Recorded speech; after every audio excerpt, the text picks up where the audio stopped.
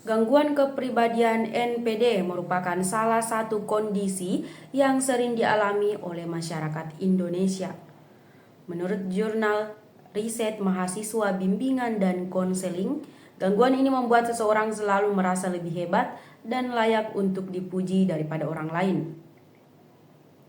Pengidap NPD juga cenderung tidak memperhatikan sudut pandang atau pendapat orang lain dan menganggap dirinya selalu benar dalam suatu kelompok.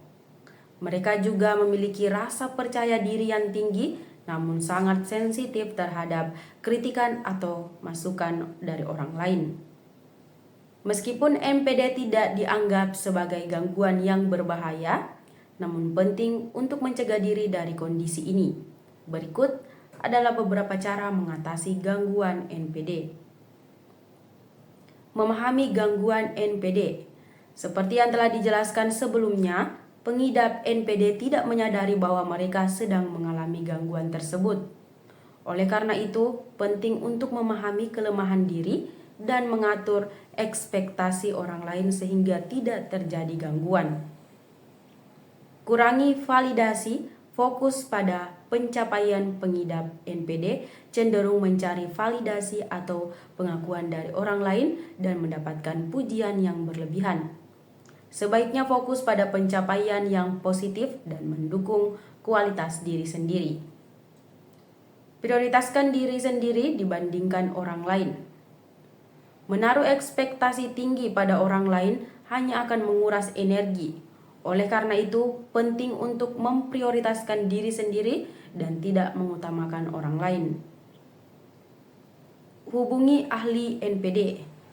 Jika sudah tidak bisa ditangani sendiri, segera hubungi ahli NPD untuk mendapatkan bantuan secara profesional.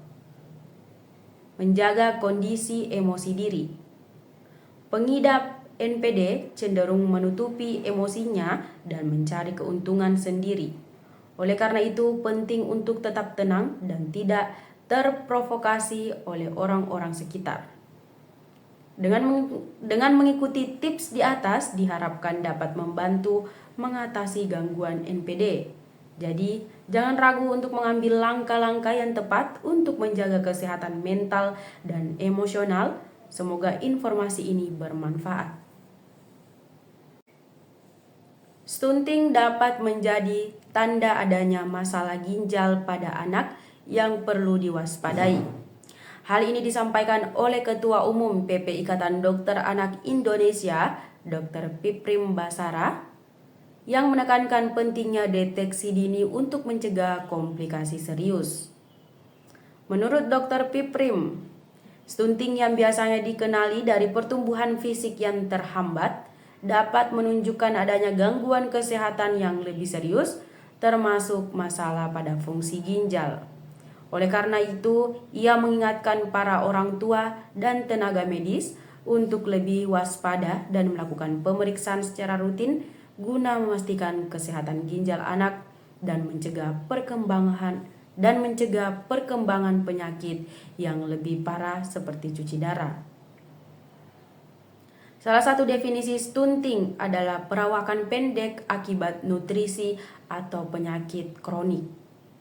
Jika anak di bawah 5 tahun memiliki tinggi badan yang lebih pendek dari seharusnya, maka perlu diwaspadai, ujar Dr. Piprim dalam wawancara eksklusif dengan program One on One Sindo News TV di kantor IDAI Salemba, Jakarta Pusat pada Kamis 1 Agustus 2024. Namun, Dr. Piprim juga menjelaskan bahwa stunting pada anak tidak selalu disebabkan oleh masalah gizi, melainkan juga dapat disebabkan oleh gejala penyakit ginjal yang dialami anak tersebut. Gejala tersebut dapat berupa anemia, wajah pucat, lesu, dan masalah pada urin. Stunting pada anak yang disebabkan oleh penyakit kronik juga dapat ditandai dengan gejala seperti wajah pucat, anemia, lesu, dan masalah pada urin. Oleh karena itu, deteksi dini sangat penting untuk dilakukan.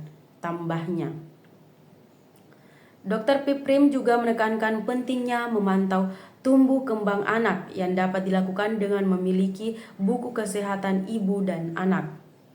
Dengan memantau perkembangan anak secara detail, orang tua dapat mengetahui apakah anaknya tumbuh dengan baik atau tidak.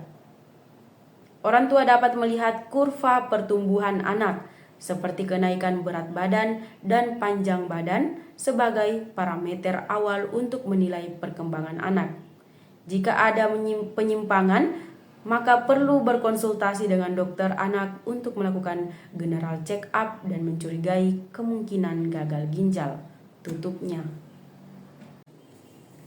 Presiden Joko Widodo resmi menandatangani peraturan pemerintah terbaru tentang kesehatan.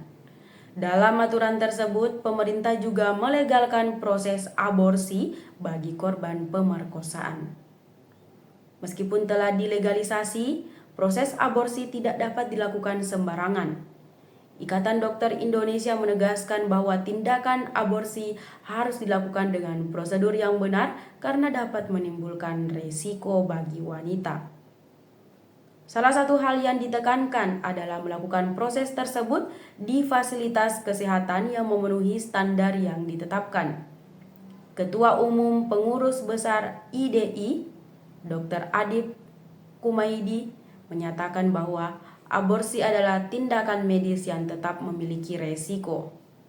Meskipun sudah diizinkan, aborsi adalah tindakan medis yang harus dilakukan oleh tenaga medis yang sesuai dan di fasilitas kesehatan yang memenuhi persyaratan. Jelas Dr. Adib dalam media briefing Jumat. Sementara itu, Dr. Ari Kusuma Januarto, Opginsos selaku Ketua Bidang Legislasi dan Advokasi PB IDI mengatakan bahwa fasilitas kesehatan yang memenuhi syarat adalah syarat utama bagi korban pemerkosaan atau wanita dengan kondisi tertentu yang ingin melakukan aborsi.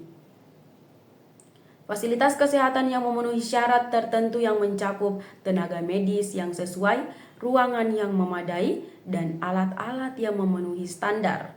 Untuk itu, IDI berpendapat bahwa pemerintah perlu menetapkan standar fasilitas kesehatan yang diperbolehkan untuk melakukan aborsi agar proses tersebut dapat dilakukan dengan aman. Fasilitas ini sangat penting karena menyangkut masalah kebersihan dan alat-alat yang digunakan. Oleh karena itu, pemerintah harus menetapkan standar fasilitas kesehatan yang diperbolehkan untuk melakukan aborsi. Fasilitas yang aman seperti apa? Jelas Dr. Ari. Selain itu, tindakan aborsi juga memerlukan tenaga medis spesialis yang dapat ditemukan di fasilitas kesehatan yang memenuhi standar. IDI juga mengimbau bahwa agar wanita yang memenuhi syarat untuk melakukan aborsi mendapatkan perawatan dan pelayanan yang aman sesuai dengan standar yang ditetapkan. Semakin rumit tindakan medis tersebut, semakin harus dilakukan oleh dokter spesialis, ujar Dr. Ari. Perawatan ibu harus dilakukan dengan pelayanan yang aman dan nyaman. Alat-alat yang digunakan harus memenuhi standar sehingga proses aborsi dapat dilakukan dengan aman meskipun tetap memiliki resiko, tambahnya. PBIDI memberikan penjelasan mengenai keputusan pemerintah yang memperbolehkan praktik aborsi bersyarat. Hal ini dilakukan untuk menghindari masyarakat yang salah kaprah terkait keputusan tersebut. Presiden Joko Widodo telah menandatangani peraturan pemerintah nomor 28 tahun 2024 tentang kesehatan yang memperbolehkan praktek aborsi dengan alasan dua kondisi, yaitu indikasi kedaruratan medis dan terhadap korban tindak pidana perkosaan atau kekerasan seksual lain yang menyebabkan kehamilan. Opginsos, Ketua Bidang Legislasi dan Advokasi PBIDI, Dr. Ari Kusuma Januarto, menjelaskan bahwa praktek aborsi hanya boleh dilakukan oleh dokter spesialis terkait yang memiliki kompetensi. Dengan kata lain, praktek aborsi tidak boleh dilakukan oleh dukun beranak yang masih banyak digunakan di daerah-daerah pelosok di Indonesia. Dr. Ari juga menegaskan bahwa keberadaan dukun beranak masih cukup eksis di daerah dan dianggap sebagai bagian dari budaya di tanah air. Namun, PBIDI tidak memiliki data mengenai jumlah dukun beranak yang ada di Indonesia.